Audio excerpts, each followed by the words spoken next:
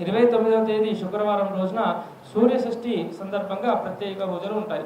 ఆ రోజున ఉదయం 6:30 చెరుకు రసంతోటి మరియు సప్తవర్ణాలతోటి, అంటే సూర్యుడు అంటే ఆయనకు 7 రథాలు ఏవైతే గుర్రాలు ఉంటాయో ఆ విధంగా 7 వర్ణాలతోటి గణపతికి అభిషేకం చేసి ఆది గణపతికి సప్త అశ్వరథరుడిగా 7 గుర్రాల మీద ఆది గణపతి విహరిస్తున్నట్టుగా అలంకరణ ఉంటుంది.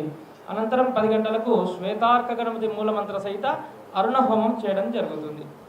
పగలు 12 గంటలకు ఇందాక చెప్పినట్టుగా సూర్య యంత్రం వేసి ఆ రోజున ఆరోగ్యరీత్యా ఇబ్బంది పడే వారందరి యొక్క గోత్రనామాదులు ప్రత్యక్షంగా పాల్గొన్న వారందరూ ఎవరైతే ఉంటారో వాళ్ళ గోత్రనామాలతోటి సూర్యయంత్రం చేసి సూర్య నమస్కారాలు ప్రత్యేకంగా సౌరసూక్త పారాయణము చేసి అంతా కూడా విశేషంగా ఆరోగ్యం కోసం చేసేటువంటి ప్రత్యేక పూజ సూర్య షష్ఠి వ్రతం పూజ.